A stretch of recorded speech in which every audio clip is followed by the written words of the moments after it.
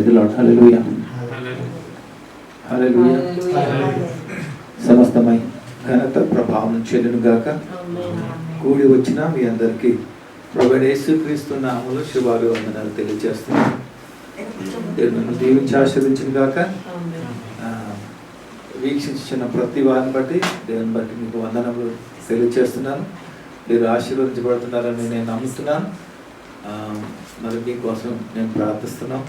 ఖచ్చితంగా మీరు దీవించబడాలి, ఆశీర్వదించబడాలి, అన్ని విషయాలలో కూడా మీరు దీవించబడాలని వర్ధిల్ల అలానే మా యొక్క ఉద్దేశం. సో దేవుడు బహుగా మిమ్మల్ని దీవించి ఆశీర్వదించిన గాక. వీక్షించినందుకు మరొకసారి ప్రత్యేకమైన వందనాలు తెలియజేస్తున్నాను. God bless you all. Amen. Hallelujah. Hallelujah. Are you prepared? Are you prepared? Come on. Hallelujah. Come on. చిన్న ప్రార్థన చేసుకుందాం. దయచేసి తలలోంచి కళ్ళు మూసుకుందాం. దయగల మా ప్రభువా, మీకే స్తోత్రాలు. మరొకసారి నాయన మమ్మల్ని ఈ రకంగా జ్ఞాపకం చేసుకున్నందుకు మీకు స్తోత్రాలు చెల్లిస్తున్నాం, వందనములు తెలియజేస్తున్నాం తండ్రి. నాయన మరి ఈ సమయంలో నీ పక్షంగా నేను నిలబడి ఉంటుండగా నేను మాట్లాడితే నాయన సరిగా ఉండదు, కానీ మీరు మాట్లాడితే నాయన మా జీవితాలకు ఒక మెరుగైనటువంటి ఆయన జీవితం, ఒక మంచి భవిష్యత్తు ఆయన మాకు కలుగుతుంది. కాబట్టి నీ మాట మా జీవితంలో సృష్టిస్తుంది ప్రభా. ఎందుకంటే నీవు దేవుడు, ఆయన వాక్యమైన దేవుడు. కాబట్టి ఆ మాట మా జీవితంలో నైనా మేనిఫెస్ట్ జరిగి మా జీవితంలో క్రియేట్ అయ్యి మేము ఆశీర్వదించబడే వారికి మేము ఉంటాం. కాబట్టి మాతో మాట్లాడి మమ్మల్ని బాధపరచమని సమయాన్ని నన్ను ఈ చేతికి అప్పగించుకుంటూ యేసయ్య నామములో ప్రార్థిస్తూ దించాడు వేడుకొచ్చిన తండ్రి. ఆమేన్. హల్లెలూయా. దేవుని మహిమ కలుగును గాక. ఆమేన్. హల్లెలూయా. సో పరిశీలన గురించి ఒకసారి మాట్లాడుకుందాం. పరిశీలన అంటే తెలుసు కదా అందరికి. పరిశీలన అంటే let us check ourselves or లేక దాన్ని ఒకసారి ఓవర్లుక్ చేయడం. ఓకే, అదొకసారి చూద్దాం. నేను ఒక విషయాన్ని మీకు తెలియజేస్తాను, మీకు అర్థం అవ్వడం కోసం అన్నమాట. పరిశీలన అంటే దేనిని చేస్తామని పరిశీలన, దేన్ని పరిశీలిస్తాం?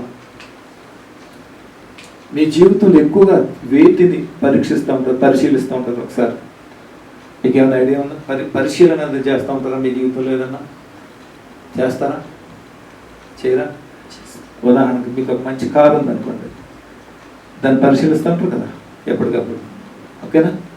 అదే కండిషన్లో ఉంది బయటికి వెళ్ళేటప్పుడు. సో దాని యొక్క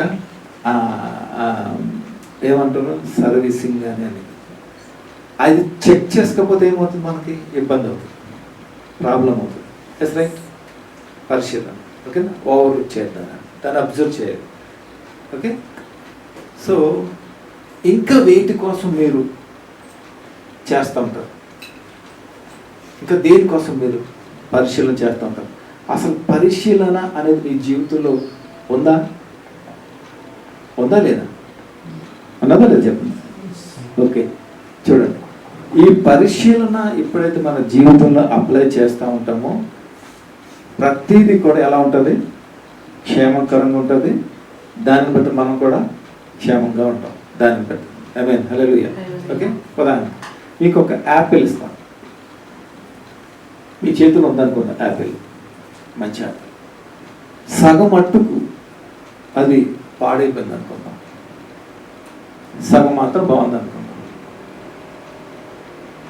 అది ఎవరికైనా ఇస్తే యాక్సెప్ట్ చేస్తారా? తీసుకుంటారా? ఎవరన్నా తీసుకుంటారా? మీరు తినగలరా? దాన్ని తినగలరా? అంటే పాడైపోయింది కోసేసుకొని మిగతా తినేరు పంపు తీసి. దాని యొక్క బ్యాక్టీరియల్ ఇన్ఫ్లుయెన్స్ అంతా కూడా దీని మీద కూడా ఉంటుంది, కానీ మనకు కనిపిస్తుంది, కానీ క్రమీక్రమంగా పాడుతాం. అర్థమవుతుందా? చూడు, ఎందుకు ఈ దేవుడు ఈరోజు మనతో మాట్లాడుతున్నాడు అంటే, ఆయన నిన్ను వెదకి రక్షించి నువ్వు అడగకుండానే ఆయన స్వరక్తము నీ కోసం కార్చి నీ పాప పరిహారార్థ నిమిత్తమే ఆయన చేయాల్సినటువంటి యాగం అంతా కూడా ఆయన చేసి జరిగించి నేను పవిత్రుడుగా నేను చేసి ఆయన రక్షణతో ఆయన రక్షణ వస్త్రముతో నేను కప్పి చుట్టి పెట్టినప్పుడు నీ యొక్క ఆ పరిస్థితి, నీ యొక్క ఆ స్థితిగతి ఏ రకంగా ఉంది, నీ యొక్క ఆత్మీయ పరిస్థితి ఏ రకంగా ఉన్నది ఎప్పుడైనా పరిశీలన చేసుకున్నావా? అదే పరిశీలన చేసుకోవాలని దేవుడు ఇక్కడ శాపిస్తున్నాడు. హల్లెలూయా. ఉదాహరణకు చాలా మీకు టెస్టిమనీ ఒకసారి నేను ఎక్స్ప్లెయిన్ చేస్తాను. జియాలజీ లెక్చరర్ క్యారల్ని లేపి క్లాస్లో నీ హాబీ ఏంటని అడిగారు. హాబీ ఏంటని అడిగితే నా హాబీ ఆమె ప్రీచర్ అని అన్నాను. తన హాబీ ఏంటి? ప్రీచర్. దేవుని వాక్యాన్ని సువార్తను ప్రకటించడం ఆమె ఇది. నీకు ఎంబారెస్గా ఏం లేదా అనేసి అన్నారు. సిగ్గు ఏం లేదా నీకు అలా చెప్తున్నందుకు అనేసి. నాకెందుకు సార్ సిగ్గు, నా ప్రొఫెషన్ అదే అని అన్నారు. నా ప్రొఫెషన్ అదే అని అన్నారు. మరి నాకు తెలిసిన ఒక అమ్మాయి, వాళ్ళ ఫాదర్ కూడా మీ ఫాదర్ లాగానే పాస్టర్ ఆయన కూడా. బట్ తను అడిగితే మా పాస్టర్ ఫాదర్ ఆయన చూసుకుంటాడు, నాది సెక్యులర్ లైఫ్ నాది నేను చూసుకుంటాను, నా లైఫ్ నాది అనేసి తను చెప్పడం జరిగింది. ఆ క్రిస్టియన్స్ అందరూ ఎలా ఉంటారు కదా అనేసి అనుకున్నాను. నువ్వేంటి మరి ఎలా ఉన్నావు అని. నేను అబ్యూస్ చేయట్లేదు, కానీ what's the difference in between faith and unfaithful persons?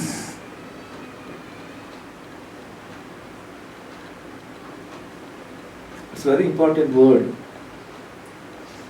When you observe, when you apply in your life, it's very good for your spiritual life.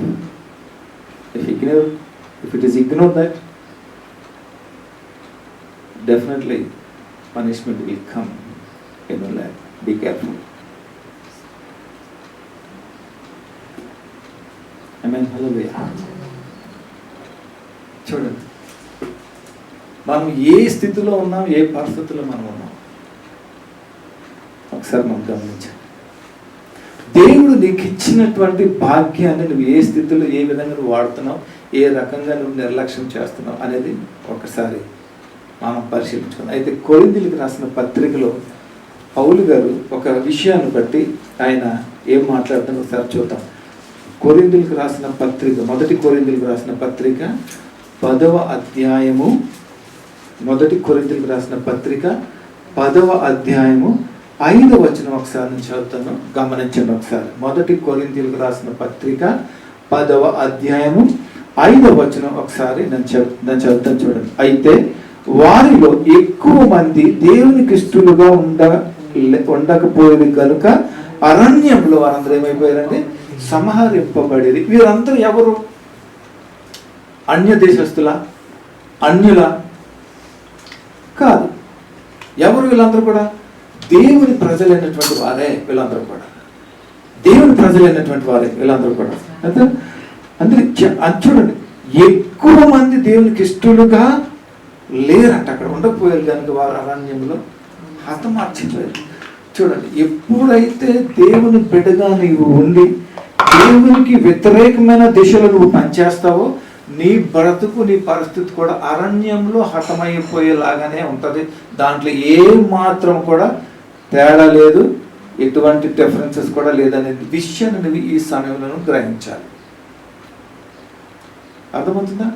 వారిలో ఏ విషయంలోనూ కూడా దేవుని యందు ఆసక్తి లేదు, దేవుని యందు ఒక ప్రత్యేకత లేదు, దేవుని యందు ఒక విధానము లేదు. కాబట్టే ఏమైంది? భక్తి అనేది చాలా ప్రాధాన్యమైనటువంటి, ఇట్స్ వెరీ పవర్ఫుల్ వెపన్ భక్తి అనేది. నువ్వు భక్తిగా ఎప్పుడైతే ఉంటావో అది నిన్ను కాపాడుతుంది, అది నిన్ను సంరక్షించి నిన్ను నడిపించి సురక్షితమైనటువంటి మార్గంలో నిన్ను నడిపించి నిత్య జీవితానికి నడిపిస్తుంది ఈ భక్తి అన్నమాట. ఈ భక్తికి కనుక నువ్వు వ్యతిరేకమైన దిశలో నువ్వు మాట్లాడితే it's will kill you. Be careful. Hallelujah. ఒక మాట చెప్తున్నాను చూడండి. ఐగుప్తులో అందరూ మొరపెట్టారా? మంచివారు మొరపెట్టారు, చెడ్డవారు మొరపెట్టారు. దేవునికి లోబడిన వారు, విధేయత కలిగిన వారు మొరపెట్టారు, అలాగే అవిధేయత అలక్ష్యం ఉన్న వారు కూడా మొరపెట్టారు దేవుడు. బట్ దేవుడు ఏం చేశాడు? విడిచిపెట్టాడా దేవుడు? ఏం చేయమన్నాడు? గొర్రె పిల్లను వధించేమన్నాడు? నీ కమ్ములకి ఏమన్నాడు? రక్తం రా. అప్పుడు రక్తం రాసినప్పుడు ఏమవుతుంది? మరణదూత నీ నుండి అది దాటిపోతుంది అని అన్నాడు. అది కొంతమందికే చెప్పాడా, అందరికీ చెప్పాడా? చెప్పాడు. అందరికీ చెప్పాడు. అవును, సమానంగానే చెప్పాడు. చూడండి, విడిపించినప్పుడు కొంతమందిని వదిలేశాడు. అక్కడ నేను నా మాట వినలేదు కాబట్టి నాకు వ్యతిరేకంగా విడిచిపెట్టేశాడు దేవుడు. అక్కడ లేదు, అంతని కూడా ఏం చేశాడు? ఆ ఐగుప్తు దేశం నుంచి విడిపించాడు. ఎలా విడిపించాడు? అప్పటి వరకు వారి దగ్గర ఎటువంటి ఆస్తుపాస్తులు లేవు. బంగారం లేదు, వెండి లేదు, రాగి లేదు, మరి మంచి వస్త్రం లేదు, ఏమీ లేవు వాళ్ళ దగ్గర. కానీ విడిపిస్తూ ఏం చేశాడు? కొల్లగొట్టి సొమ్ముతో ఆయన ధనవంతులుగా చేసి విడిపించాడు. దేవుని స్తోత్రం కలుగుతాడు. ఆమేన్, హల్లెలూయా. అరణ్యంలో కూడా సమానంగానే పోషించాడు అందరినీ కూడా. కానీ ఎందుకు వాళ్ళు రాలిపోయారు? ఎందుకు రాలిపోయారు వాళ్ళు? రాలిపోవాల్సిన అవసరం ఏముంది? ఒకసారి అదే అధ్యాయం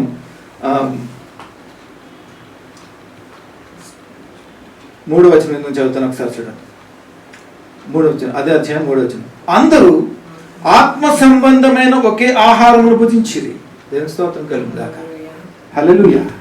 వారు తిన్న భోజనం ఎలాంటిదండి? అరణ్యంలో తిన్న భోజనం ఎలాంటిది? ఆత్మతో కూడినటువంటి ఆహారం వారు తిన్నారు వాళ్ళందరూ కూడా. అందుకని ఇశ్రాయేలీయులు వారికి మించినటువంటి ధన్యత వారికి ఎవరికి లేదు భూమి మీద. హల్లెలూయా. చూసారా, వారు భుజించిన ఆహారం ఎలాంటిది? ఆత్మ సంబంధమైనటువంటి ఆహారం అయితే. ఓకే, అందరూ ఆత్మ సంబంధమైన ఒకే ఆహారమును భుజించేది. అందరూ ఆత్మ సంబంధమైన ఒకే పానీయమును పానం చేసేది. ఏలయనగా తమ్మును వెంబడించిన ఆత్మ సంబంధమైన బండలోని త్రాగిరి. ఆ బండే క్రీస్తు. దేవుని స్తోత్రం కలుగుగాక. చూడండి, అందరూ కూడా ఆత్మ సంబంధమైనటువంటి ఆహారముని భుజించారు. ఆత్మ సంబంధమైనటువంటి ఆ యొక్క ప్రత్యేకమైనటువంటి మేఘస్తంభంలోనే ప్రయాణించారు, అగ్నిస్తంభంలో ప్రయాణించారు, విశ్రాంతి తీసుకున్నారు. మరి వారికి కావాల్సిన అన్ని ఈవులన్నీ కూడా అక్కడ అవసరమైనన్ని కూడా దొరికినాయి ఆత్మానుసారంగానే. బట్ ఏమయ్యారు? చాలా మంది ఆయనను చూడండి, 5వ వచనంలో ఏమన్నా చూడండి. అయితే వారు ఎక్కువ మంది దేవునికి ఇష్టలుగా ఉండకపోయారు కనుక అరణ్యంలో సంహరింపబడేది. ఇప్పుడు మన పరిస్థితి ఏంటో ఒకసారి ఆలోచించండి. మన స్థితి ఏంటో ఒకసారి ఆలోచించండి. మనం కన్సిస్టెన్సీగా, లేకపోతే క్రమముగా, లేకపోతే విడవక మనం దేవుని సన్నిధికి వస్తాం ప్రతి వారం కూడా. దేవుని వాక్యాన్ని వింటాం మనం అందరూ కూడా.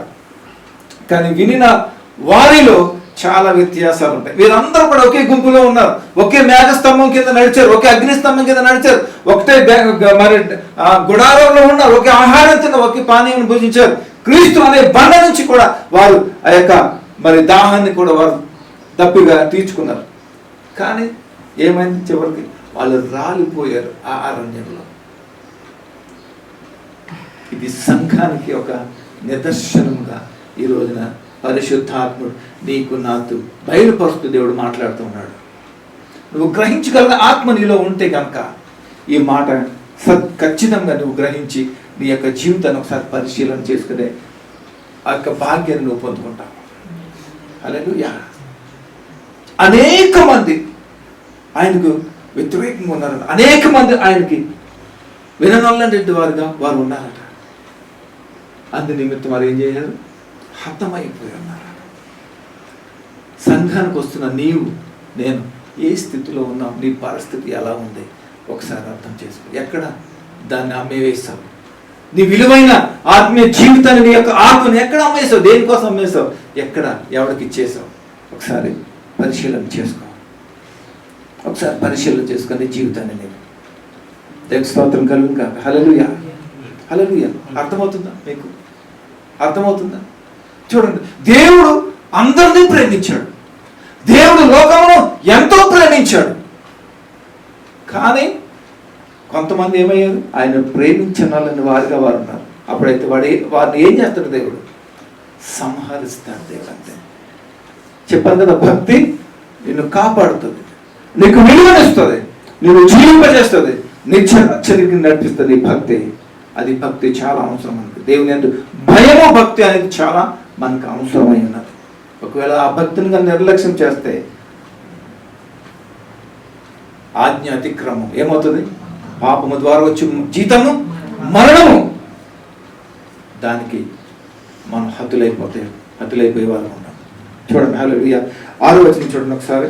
వారు ఆశించిన ప్రకారము మనము చెడ్డ వాటిని ఆశించుకుంటున్నట్లు ఈ సంగతులు మనకు దృష్టాంతములుగా ఉన్నవి. చూసారా? వారు ఆశించిన ప్రకారం మనము చెడ్డ వాటిని ఆశించుకున్నట్లు. ఈ హతమైపోయిన వారు దేనిని ఆశించారు? వాళ్ళు ఇలాంటి వాళ్ళందరూ ఏమన్నారు? ఐగుప్తులు మాకు ఉల్లిపాయలు లేవు, మాకు అవి లేవు, ఈ లేవు అని అన్నారు. మేము అక్కడ ఉండుంటే దోసకాయలు ఉన్నాయి, ఉల్లిపాయలు ఉన్నాయి, అన్ని కూడా ఏం చేశారు? వాళ్ళు దేవునికి ఎగ్నిస్ట్ గా మాట్లాడారు. సమాధులు ఇక్కడ లేవు, అక్కడ ఉండవా సమాధులు అనేసి ఎన్నో హేళన చేశారు, విసిగించారు దేవుని యొక్క సేవకుడిని. దేవుని విసిగించారు ఆయన. అప్పుడు ఏం చేశారు? వాళ్ళు హతులైపోయారు. వారి దృష్టి అంతా ఏముంది? లోక ఆశలతో నిండిపోయింది, లోకంతో నిండిపోయింది. వాళ్ళంతా కూడా లోకంతో నిండిపోయినారు అందరూ కూడా. అందుకని ఏమవుతుంది? వాళ్ళకి దేవుని పట్ల ఎలాంటి ఆసక్తి, దేవుని పట్ల ఎలాంటి మరి ఆ దేవుని యొక్క ఉద్దేశములు, దేవుని యొక్క విధానాలు ఎప్పుడు కూడా వారి జీవితంలో కనపడట్లేదు. కాబట్టి వారు ఏమైపోయిందో తెలుసా? నశించిపోయే ఉన్నారు. అల్పకాల పాప భోగం నిమిత్తమే వారు ఆరాటము. ఆ ఆరాటం ఏముంది? చివరికి వారు హతమయ్యేలాగా చేసింది. దేవుని బిడ్డ, సహోదరుడా, ఈ మాటలు వింటున్నా నీవు, దేవుడు నీ యొక్క ఆత్మను, నీ యొక్క జీవితాన్ని పరిశీలన చేసుకోవాలని దేవుడు కోరుతా ఉన్నాడు. అది నీకు సాధ్యమేనా? నువ్వు ఏ స్థితిలో పడి ఉన్నావు, ఏ పరిస్థితిలో నువ్వు ఉన్నావు, ఎలా ఉన్నప్పటికీ కూడా దేవుడు ఒక అవకాశం దేవుడు నీకు ఇస్తున్నాడు. నిన్ను నువ్వు జస్టిఫై చేసుకో, నిన్ను నువ్వు న్యాయం తీర్చుకో, నిన్ను నువ్వు సరి చేసుకో, నిన్ను నీవు పరిశీలన చేసుకో. నువ్వు ఏ పరిస్థితిలో ఉన్నావు, ఏ స్థితిలో. నేను అంత బాగానే ఉన్నాను, నేను అంత చక్కగానే ఉన్నాను అంటావు, అది నీకు తెలుసు. అది బట్ నీకు తెలియని విషయాలు దేవునికి తెలుసు. అందుకే నేను ఒకసారి నీతో మాట్లాడుతున్నాడు. You set your life, you check yourself. దేవునికి స్తోత్రం కలుగును గాక. వారు చేసిన ప్రకారంగా, వారు కోరిన విధంగా మనము కోరద్దు దృష్టాంతాలు అని అంటున్నారు. అది దావీదు ఏమంటున్నాడో చెప్పనా? ఒకసారి దావీదు దగ్గరికి వెళ్దాం. ఆయన ఏమంటాడు చూడండి. 139 దావీదు కీర్తన ఒకసారి వెళ్దాం. 139 దావీదు కీర్తన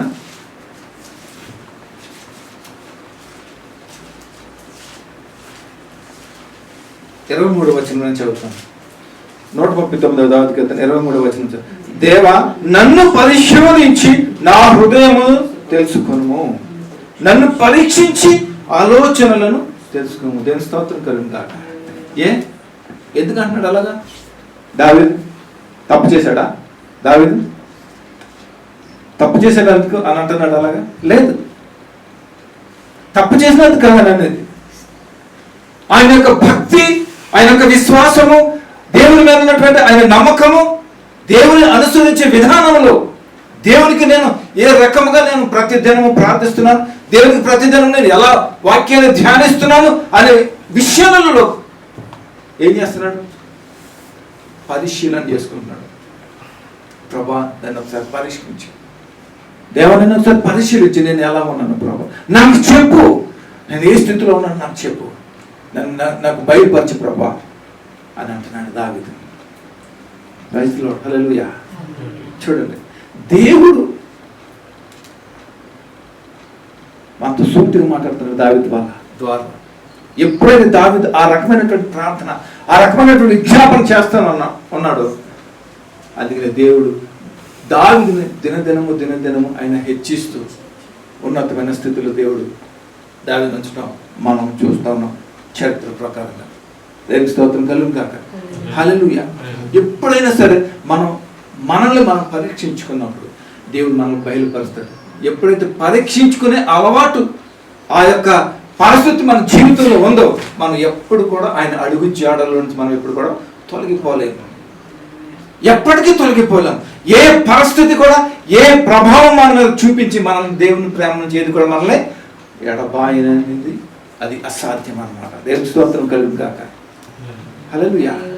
ప్రియ దేవుని బిడ్డలారా, దావీదు ఎలాగైతే తన హృదయాన్ని పరిశీలించుకుంటున్నాడో నీవు నేను ఒకసారి పరిశీలించుకుందాం. మన జీవితంలో మన పరిస్థితి ఎలా ఉంది, మనం ఏ రకమైనటువంటి జీవితం జీవిస్తున్నాం అనేది ఒకసారి మనం జ్ఞాపకం చేసుకుందాం. ఆమేన్. హల్లెలూయా. చూడండి, మంచి వస్తువులకి ఎక్కువ దుమ్ము పడుతూ ఉంటాయి. అర్థమవుతుందా? మంచి శ్రేష్టమైన వాటి మీద ఎక్కువ ధూళి పడుతుంటది. ఆ యొక్క ఏమంటారు నిందలు పడుతూ ఉంటాయి ఎక్కువ. ఇప్పుడు కాయలు ఉన్న చెట్టుకి ఏం పడతాయి ఎక్కువ? ఎందుకు పడతాయి? ఎందుకు పడతాయి? అదేనా చెడ్డ చేసిందా? చూసారా? అందుకనే ఏం చేయాలో తెలుసా? మనం నీతిమంతులుగా తీర్చబడ్డాం కాబట్టి, మనం ఆయనతో పాటుగా మనల్ని చేసుకున్నాడు కాబట్టి, ఆయన మరి మార్గంలో మనం నడిపించేలాగా చేస్తున్నాడు కాబట్టి మనం ఏం చేయాలో చెప్పనా? ఎప్పటికప్పుడు దేవుని యొక్క అనుసంధానంలో భయము భక్తితో దేవుని సన్నిధిలో, ప్రభువా నా వైఖరి ఎలా ఉంది, నా పరిస్థితి, నా మాట, నా బిహేవియర్, నా యొక్క భక్తి, నా యొక్క విశ్వాసం ప్రభువా ఎలా ఉన్నాయి, నన్ను పరీక్షించి పరిశోధించి నన్ను తెలుసుకో ప్రభువా అని అన్నాడు. ఎందుకు? ఎవరిని అడుగుతున్నాడు దేవుడు? ఆ మమ్మీని అడుగుతున్నాడా, డాడీని అడుగుతున్నాడా? సృష్టికర్తని దేవుని అడుగుతున్నాడు. ఎందుకు తెలుసా? బాగు చేసేది ఆయన ఒక్కడు మాత్రమే. నిన్ను సరిచేసేది ఆయన ఒక్కడు మాత్రమే. నిన్ను పరీక్షించేది ఆయన ఒక్కడు మాత్రమే. నిన్ను పరిశీలించేది ఆయన మాత్రమే. హృదయం పరిశీలించు యెహోవా. ఆయన తప్ప మరెవరు కూడా మన హృదయాన్ని పరిశీలించలేడు. హల్లెలూయా. స్తోత్రం కలుగును గాక. హల్లెలూయా. దేవా, నన్ను పరిశోధించి నా హృదయం తెలుసుకొనుము, నన్ను పరీక్షించి నా ఆలోచనలు తెలుసుకొనుము, నీకు ఆయాసకరమైన మార్గం నా యందు ఉన్నదేమో చూడుము. హల్లెలూయా. చూసారా? నా యందు నీకు ఆయాసకరమైనటువంటి మార్గములు ఏమున్నా సార్ లెక్క పెట్టుకుంటే మన జీవితంలో ఏమి లేవా? మన జీవితంలో ఏముండవు కదా? ఉన్నాయి లేవా? చెప్పండి. ఏ మార్గంలో? ఆయాసకరమైన మార్గం. దేవుడికి ఆయాసాన్ని పుట్టించారు. ఏం చేశాడు? అరణ్యంలో హతులైపోయారు అంటారు.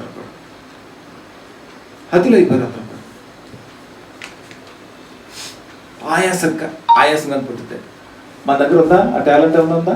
దేవునికి ఆయాసం కలిగించే వాగ్దానం ఉందా? ఏమన్నా ఉందా? చెప్పండి ఒకసారి, పరిశీలన చేసుకోండి. ఎందుకు అడుగుతున్నాడు దేవుడు ఈ మాట? మనల్ని పరిశీలన గురించి మనం కనుక పరిశీలన చేసుకు ఏదో సంథింగ్ సంఘంలో మనలో ఉంది కాబట్టి దేవుడు మాట్లాడుతున్న పరిశీలన చేసుకోవాలని అంటున్నాడు. దావీదు వలె పరిశీలన చేసుకోవాలి. నిత్య మార్గంలో నన్ను నడిపించు. పరిశీలన చేసి ఏం చేయమంటున్నాడు దావీదు? నిత్య మార్గంలో నన్ను నడిపించు ప్రభువా అనేసి అన్నాడు. నేను స్తోత్రం కలుగును. అప్పుడప్పుడు నేను పిల్లలకి అదే అలవాటు చేశాను. చిన్నప్పటి నుంచి పరిశీలన చేసుకోవాలి. అప్పుడప్పుడు కరెక్ట్గా మాట్లాడతాడు దేవుడు. పరిశీలన చేసుకున్నప్పుడు కరెక్ట్గా మనతో మాట్లాడతాడు. అప్పుడు దేవుడు మాట్లాడినప్పుడు ఏమవుతుందో తెలుసా? దేవుడు నీలో మనలో ఉన్నటువంటి ఆ డిఫికల్ట్ అనేది ఏదైతే ఉందో అది మనకి బయలుపరచబడి దాని నుంచి మనల్ని ఏం చేస్తాడో తప్పిస్తూ ఉంటాడు అనమాట. దేవునికి స్తోత్రం కలుగును గాక. ఎప్పుడైతే దాని నుంచి మనం తప్పించబడతామో మనం ఇప్పుడు కూడా సేఫ్ మోడ్లో దేవుని యొక్క అనుసంధానం, దేవుని యొక్క లిమిట్స్లో మనం ఇప్పుడు కూడా మనం ఉంటాం అన్నమాట. దేవునికి స్తోత్రం కలుగును గాక. మరి దావీదుకి ఎవరు చెప్పారు పరిశీలన చేసుకోవాలని? ఏమన్నా ప్రవక్త చెప్పాడా? ఏమన్నా దైవజనుడు చెప్పాడా? మరి ఎవరు చెప్పారు? ఆయనే. ఎవరు చెప్పారు ఆయనకి? హల్లెలూయా. ఎప్పుడైతే దేవుని యందు ఆసక్తి కలిగి, దేవుని యందు భయభక్తులు కలిగి, దేవుని నేను ఎక్కడ కోల్పోతాను, ఏ విషయంలో నేను పడిపోతాను అనే ఒక భయముతో ఉన్నట్టు ఆ భయం ఏం చేస్తుంది తెలుసా? ఆయన కాపాడుతూ వచ్చింది. దేవుని స్తోత్రం కలుగును గాక. హల్లెలూయా. ఉదాహరణ చెప్తున్నాను చూడండి. చంటి బిడ్డ ఉంది అనుకో మీ దగ్గర, ఎక్కడ పడితే అక్కడ వదులుతారా? చెప్పండి. ఎందుకు వదలరు? ఆ బిడ్డకి ఏమవుతుందో, ఏమైపోతుందో, ఎవరో చేంజ్ చేస్తారు, భయం అవుతుందో లేదా? అవునా? ఎప్పుడు కూడా ఏం చేస్తారు? నీ ఒడిలోనే చేతుల్లోనే పెట్టుకుంటారు. అవును, ఆ భయం ఏం చేస్తుంది నీ బిడ్డని? ఆ భయం నీ బిడ్డని ఏం చేస్తుంది? కాపాడుతుంది. కాపాడుతుందా లేదా? ఆ బిడ్డ సంరక్షణలో ఉంటుంది. దేవుడు కూడా దానివల్ల ఆయన చేతులు చాపి నీ వైపు చూసి ఆయన సంరక్షణలో నేను కాపాడుతాడు. కోడి తన పిల్లలు ఏ రకంగా అయితే ఆ రెక్కల కింద దాచిపెట్టుకుంటుంది, ఆ రకంగా మనందరినీ కూడా దేవుడు దాచిపెడుతూ ఉన్నాడు ఆయన రెక్కల క్రింద. దేవుని స్తోత్రం కలుగుగాక. నీకు నాకు మనకి ఆయన రక్షణ కల్పించుకుంటా ఉంటే మనం ఈ స్థితిలో మనం ఉంటామా? ఈ పరిస్థితుల్లో మనం ఉంటామా? ఒకసారి గమనించండి. అందుకనే ఆ భయము ఏం చేస్తుందో తెలుసా? దావీదుని క్షేమకరంగా ఉండేలాగా చేస్తుంది. ఆమేన్, హల్లెలూయా. మరి నీకు నాకు అది అవసరమా కాదా చెప్పండి ఒకసారి. అందుకని పరిశుద్ధాత్ముడు మనల్ని ప్రేరేపిస్తున్నాడు ఈ యొక్క ఉదయకాల సమయంలో. నీవు నీ హృదయాన్ని పరిశీలించుకో, నీ విశ్వాస జీవితాన్ని, నీ ఆత్మీయ పరిస్థితి, నీ జీవితాన్ని ఒకసారి నువ్వు పరిశీలించుకోవాలని అంటాడు. ఎందుకంటే సంథింగ్ ఏదో ఉంది నిన్ను డిస్ట్రాయ్ చేయటానికి, నిన్ను ఏదో పాడు చేయటానికి నీకు ఏదో ఉన్నది. దానిని బట్టి నిన్ను రక్షించాలనే దేవుడు నిన్ను ఒకసారి ప్రేరేపిస్తున్నాడు. నిన్ను నీవు ఒకసారి పరిశీలన చేసుకోమని. దేవుని స్తోత్రం కలుగును గాక. హల్లెలూయా. ఒకసారి రోమీయులకు రాసిన పత్రిక ఒకసారి వెళ్దాం రండి. రోమీయులకు రాసిన పత్రిక 12వ అధ్యాయం ఒకసారి వెళ్దాం రండి.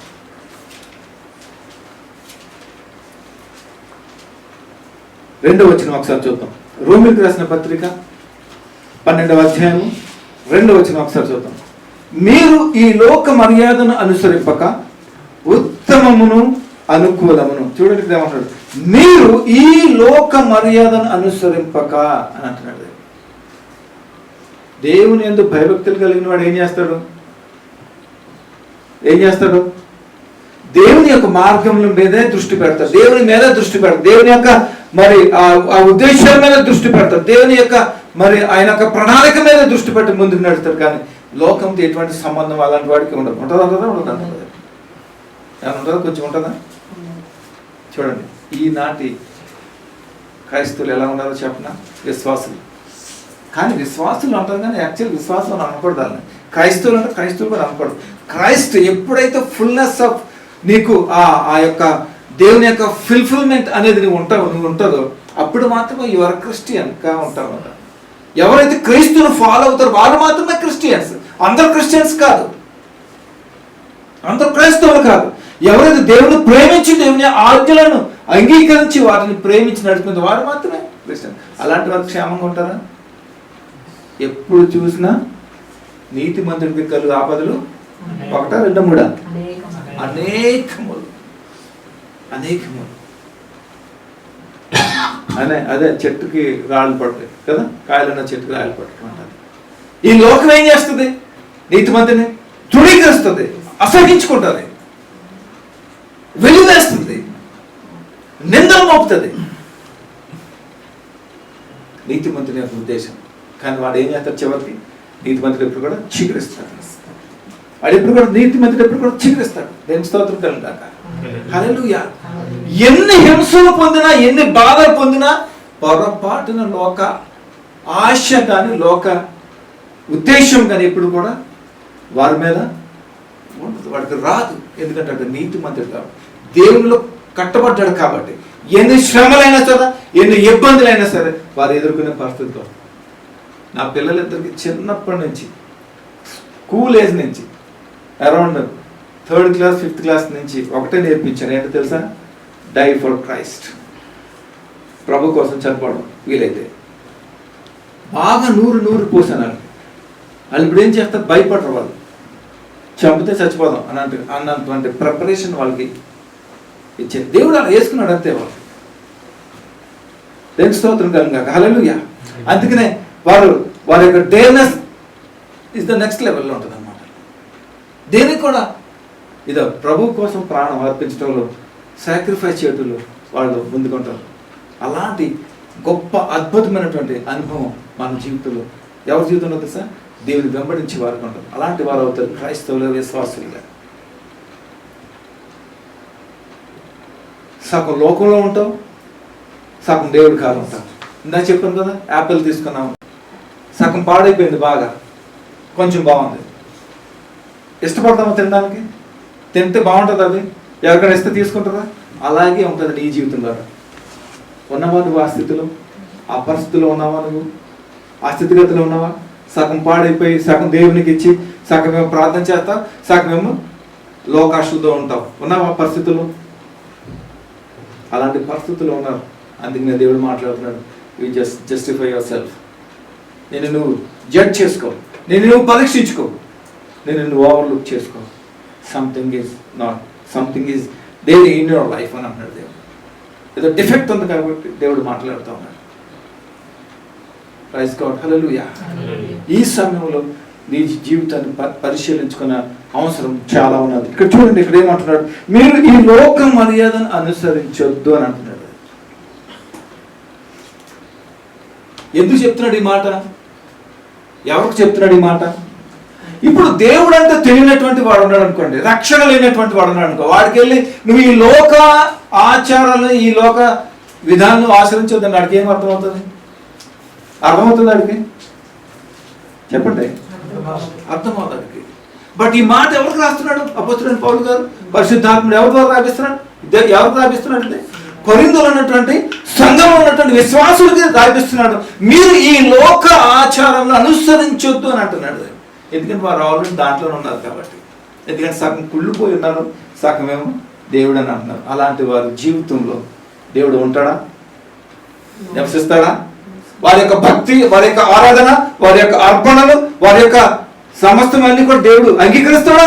నథింగ్. అంగీకరించడం. God is the fullness of God, one of the name. పరిపూర్ణమైనటువంటి దేవుడు ఆయన. యేసయ్య 100% మానవుడు, అలాగే 100% దేవుడు, దేవుని కుమారుడు ఆయన. శరీరాన్ని మన నిమిత్తము ధరించి, మన నిమిత్తము పరిహారార్థ బలి కోసం శరీరాన్ని దాల్చాడు ఆయన. మరి ఒక్కొక్కటి దేవుని యొక్క మరి దేవుడే ఉన్నాడు ఒక పక్కన. మనల్ని కూడా అదే పరిస్థితుల్లో ఉండమంటున్నాడు దేవుడు. కానీ మనం ఏం చేస్తాం తెలుసా? సగం లోకాన్ని స్టోర్ చేసుకుంటాం, సగం దేవుని స్టోర్ చేసుకుంటాం. ఫుల్ఫిల్మెంట్ అంతేనే మన జీవితంలో ఉండదు. దేవుడు మన జీవితంలో కార్యాలు జరిగించడానికి కోసమే. నీకు అర్థమవుతుందా ఈ మాట? నీకు ఈ మాట అర్థమవుతుందా? దేవుడు మానవుడు, అలాగే దేవుడు కూడా రెండు విషయాలలో కూడా ఆయన మిళితమై ఉన్నాడు. మనం కూడా అదే పరిస్థితిలో ఉండమన్నాడు దేవుడు. ఎందుకో తెలుసా? అనేక ఆత్మల నిమిత్తము, ఆయన చిత్తం నిమిత్తము ఈ దేహాన్ని, ప్రాణాత్మ దేహాన్ని ఏం చేయాలి తెలుసా? ఈ లోకానికి అర్పించాలని. You are the one kind of seed on earth. You don't know that. You are one of the seed on earth.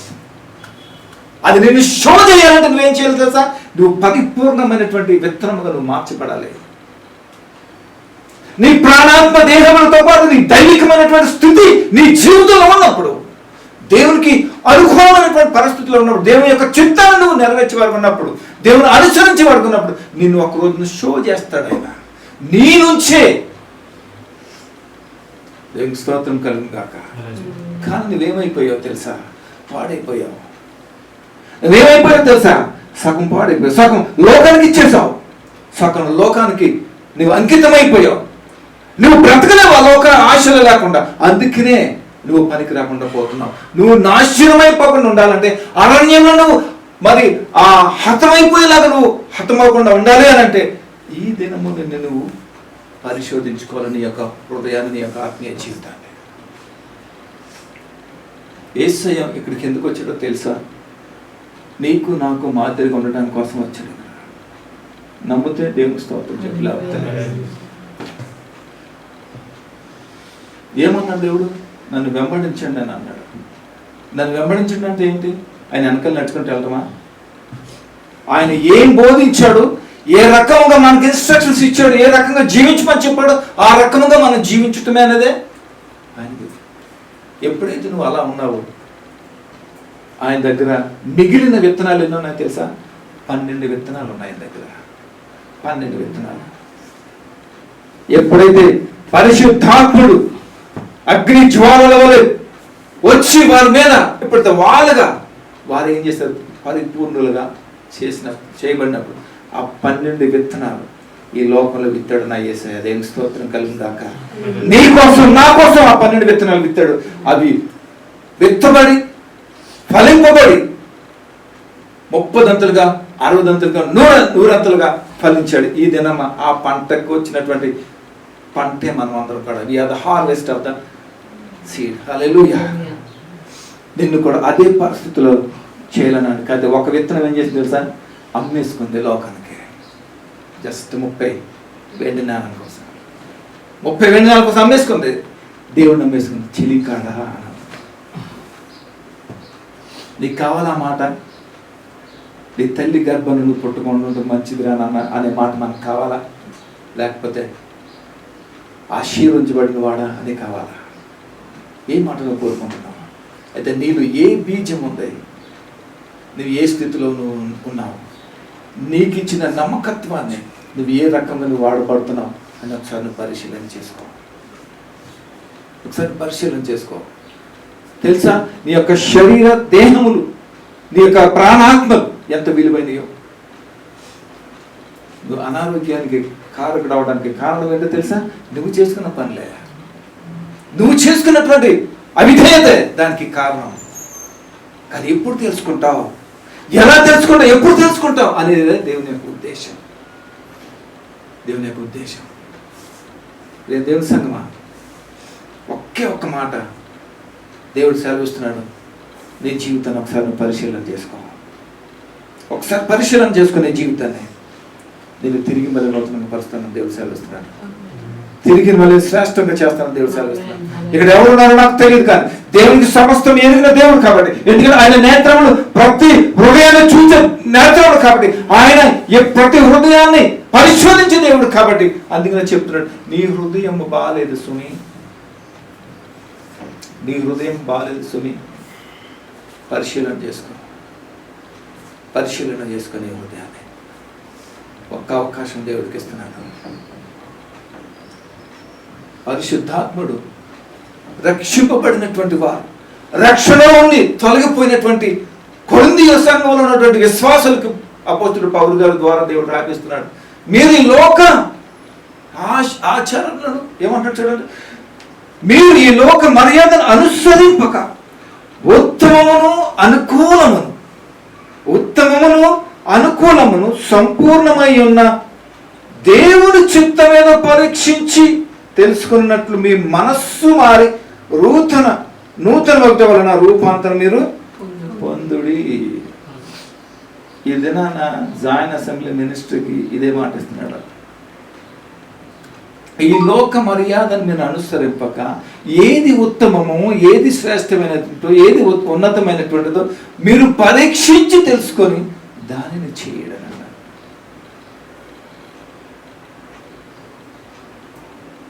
మనం తెలియకుండా ఒక్కొక్కసారి ఏదో విషయాలు మనం లాక్ అయిపోయి ఉంటాం. బాగానే ఉన్నాను కదా అని అనుకుంటాం, కానీ అది చివరికి మనకి ఎక్కడ తీసుకెళ్తుందో నష్టానికే తీసుకెళ్ళిపోతుంది అది. కాబట్టి మనం ఏం చేయాలి తెలుసా, పరిశీలన అనేది మనం చేసుకోవాలి. ఎప్పుడైతే మనల్ని మనం పరిశీలన చేసుకొని తిరిగి దేవుని సరి చేయబడతామో అప్పుడు మన జీవితం అంతా కూడా తిరిగి నూతనపరచబడుతుంది. దేవుని స్తోత్రం కలుగుగాక. హల్లెలూయా. అందుకని చూడండి, ప్రతి దినం ఏం చేయాలి, మనము వాక్యం దగ్గరికి రావాలి. ఎంతమంది చదువుతున్నారు పొద్దున్న వాక్యం ఎంతమంది చదువుతున్నారు? చదవటం అంటే 4 వచనాలు చిన్నవి చూసుకొని కంఫర్ట్గా టక చదువు. నో యూజ్, టైం వేస్ట్ లేదంటే. You need to spend some time with God, word of God. ఎప్పుడైతే దాన్ని నువ్వు పరిశీలన చేస్తావో ఆ వాక్యం ఏం చేస్తా తెలుసా, నేను సరి చేస్తుంది అనమాట నీ ఆత్మ. అప్పుడు సరి చేసినప్పుడు నువ్వు పరిశీలించుకున్న మాట అంట దేవుడు అనే మాట నువ్వు అనిపించుకోవు. నువ్వు పరిశీలన చేసుకున్న మాట నువ్వు అనిపించుకోవాల్సిన అవసరం లేదు నీకు. ఎందుకంటే ప్రతి దినము నువ్వు వాక్యంలో కడబడుతున్నప్పుడు, వాక్యంలో నాటబడుతున్నప్పుడు, వాక్యం ద్వారా నువ్వు నడిచినప్పుడు, వాక్యం నువ్వు అవలంబించినప్పుడు వాక్యం నేను సరి చేస్తుంది. ఆ వాక్యం ఏం చేస్తా చెప్తా, ఆ వాక్యము నిన్ను సరి చేసుకొని అందవు. ఆ వాక్యం నిన్ను మరి శుభ్రపరచుకొని అందవు. ఆ వాక్యం నిన్ను శుభ్రం చేసి బల మంచి దాసుడా నమ్మకమైన వాడని కితాబిస్తుంది ఆ వాక్యం. దేవుని స్తోత్రం కలుగుతాక. హల్లెలూయా. నా దేవుడు ఎన్నిసార్లు పొగుడుతాడో తెలుసా? మీకు ఎంతమందికి తెలుసో నాకు తెలియదు, కానీ తల్లి ఆ పసిబిడ్డను పట్టుకుని ఎలా పొగుడుతుంది? ఎలా ఉంటుంది? నా బంగారు కొండ, నా బంగారు తల్లి, ఓకేనా, నా అమ్మ, మా నాన్న అంటారు లేదా? పొగుడుతుంటారు లేదా? అవునా? ఎందుకు? ఆ బిడ్డ మీద ఉన్నటువంటి ఆప్యాయత, ప్రేమ, ఆ కన్న ప్రేమ అలాంటిది. అవునా? దేవుడు కూడా సేమ్ ఆ విధంగానే పోల్చి నిన్ను ముద్దులాడతాడు. దేవుడు నా బంగారు కొండరా నువ్వు, నా బంగారు తల్లివురా, నా బంగారు బిడ్డవురా నువ్వు అని ముద్దులాడుతూ ఉంటాడు నీతో దేవుడు. నిన్ను పొగుడుతూ ఉంటాడు దేవుడు. తెలుసా మీకు ఆ విషయం? తెలుసా మీకు? దేవుడు పొగుడుతాడు మనల్ని. అంత పిచ్చి మనం అంటే. మనల్ని వదులుకోలేక మనల్ని ఎప్పటికప్పుడు మనకు తోడే ఉంది. నాన్న నీ జీవితం సరి చేసుకోరా, నాన్న నీ బ్రతుకు సరి చేసుకోరా, నాన్న నువ్వు అలా చేయకూడదురా, లోకంతో నీకు వద్దురా, లోకాశలు నీకు వద్దురా అని ఎప్పటికప్పుడు ఆయన సేవకుల ద్వారా మనకి వినిపిస్తూనే ఉంటాడు. ఆయన సేవకుల ద్వారా మనం వింటూనే ఉంటాం. కానీ చెయ్యం మనం. ఎందుకు? అలవాటు అయిపోయింది మనకి. అతను అలాగే చెప్తాడు, మనం ఇలాగే ఉంటాం అనేది అన్నమాట. మరి జాగ్రత్త, నేను నువ్వే కోల్పోతావు. దుష్టుడట ఏమవుతాడంట? తరమకుండానే పారిపోతావు. నిన్ను దేవుడు ఏమి చేయడు. నువ్వు దేన్నైతే ఆకర్షిస్తావు అదే నుంచి లోకమే నిన్ను హతం చేస్తుంది. అరణ్యమేమో అర్థం చేసేస్తుంది. ఎవరు కూడా చేయలేదు. ఎందుకు తెలుసా? వారి యొక్క అవిధేయత, వారి యొక్క అపవిత్రత, వారి యొక్క అలక్ష్యము బట్టి వారినే చంపేసింది. ప్రతి బిడ్డలారా ఒకసారి ఆలోచించి దేవుడు మాట్లాడుతున్నాడు. ఈ లోక సిస్టమ్ ఏదైతే ఉందో, మర్యాదను అనుసరించక ఏదైతే ఉత్తమమైనది అనుకూలం ఏముంది? ఉత్తమమైనది అనుకూలమైనది ఏముంది? ఉత్తమమైనది ఏముంది? అనుకూలంగా ఏముంది? దేవుడు ఎప్పుడు మనకు అనుకూలంగా ఉంది. లేడా? నీకు లేడా? దేవుడు అనుకూలంగా లేదా? అన్నాడు. ఉత్తమమైనది ఏముంది? ఆయనే ఉత్తమం. అవునా? వాటిని నువ్వు ధరించినప్పుడు ఏం చెప్తుంది? ఈ లోకాన్ని జయించేవాడుగా నువ్వు ఉంటావు, ఈ లోకాన్ని శాసించేవాడుగా నువ్వు ఉంటావు. జయ జీవితాన్ని ఈ లోకంలో నువ్వు జీవించేవాడుగా నువ్వు ఉంటావు. దేవుని స్తోత్రం కలుగును కాక. ఉన్నాయా నీలో లోక ఆశలు? ఉన్నాయా నీకు? సగం దేవుడు సగం లోకం ఉన్నాయా? ఒకవేళ ఉంటే కనుక ఈ లోక మర్యాదను నీవు ఆశించవద్దు అని దేవుడు సెలవిస్తున్నాడు మనల్ని. ఈ లోకాశ ఉంటే కనుక దేవుడు మనలో ఉండనే ఉండడు, మన దరిదాపులో ఉండనే ఉండడు. ఎలా ఉంటుందో చెప్పనా ఆ దృశ్యం? కోడికి 5 పిల్లలు ఉన్నాయనుకోండి, 4 పిల్లలు తన రెక్కలు పెట్టుకుని ఒక పిల్లని వదిలేస్తే ఎలా ఉంటుంది? క్షేమంగా ఉండదా? అలాగే ఉంటుంది మన పరిస్థితి. ఊహించుకోండి ఒకసారి, మన పరిస్థితి ఎలా ఉంటుంది? అలాంటి పరిస్థితి, విడవబడినటువంటి పరిస్థితి లాగా ఉంటుంది. మనకి గూడు విడిచి తిరిగి పక్షిలాగా ఉంటుంది మన పరిస్థితి అంతా కూడా. ప్రేమ దేవుని బిడ్డలారా, దేవుడు మాట్లాడుతున్నాడు మనతోటి. ఈ యొక్క సందర్భం బట్టి పరిశీలన అనేది చేసుకోవాలి మన జీవితానికి. చేసుకుంటారా? పరిశీలన చేసుకుని సిద్ధపడతారా? లోకంలో ఎలాంటి మరి ఆశలు మర్యాదలు ఏమైనా ఉన్నాయి అన్ని విడిచిపెట్టి ప్రత్యేకంగా మరి విశిష్టమైనటువంటి జీవితాన్ని ప్రభులో జీవించి ఆయన మహిమార్గంగా నడిచి ఆయన సాక్షాత్ భూమి మీద నిలిచి అనేక మందికి ఆశీర్వాదకరంగా దేవుని మహిమకరంగా ఉండి మరి నీ జీవితం విలువైన జీవితాన్ని ప్రభుకు అర్పించి దేవుని మహిమకరంగా ఉండాలి. అటు కృపా సహాయం సన్నిధి వింటున్న ప్రతి బిడ్డలకు తోడే నడిపించిన ప్రార్థన చేసుకుంటాం. దగ్గర మా ప్రభా మీకు వందనాలు స్తోత్రాలు కృతజ్ఞతలు చెల్లిస్తున్నా ప్రభా. మరి పరిశీలన నిమిత్తమైన తండ్రి మాతో మాట్లాడినందుకు మీకు స్తోత్రాలు. మేము ఎక్కడెక్కడ ఏ పరిస్థితుల్లో మేము నాయన దిగజారున్నాం, పడిపోయినాం నా తండ్రి ప్రభా. ఆ పరిస్థితులు మమ్మల్ని లేవనెత్తి సరిచేసిన ప్రభా, మమ్మల్ని తిరిగి ప్రభా పరిశుభ్రమైనటువంటి జీవితాన్ని జీవించి కృపను దయచేసి నడిపించండి. నేను ఆమెను మహిమగంతో పాల్పొందుకున్నారు. మీకే మహిమగంతో చెల్లిస్తూ యేసు నామములో ప్రార్థిస్తూ తండ్రి. ఆమేన్. God bless you.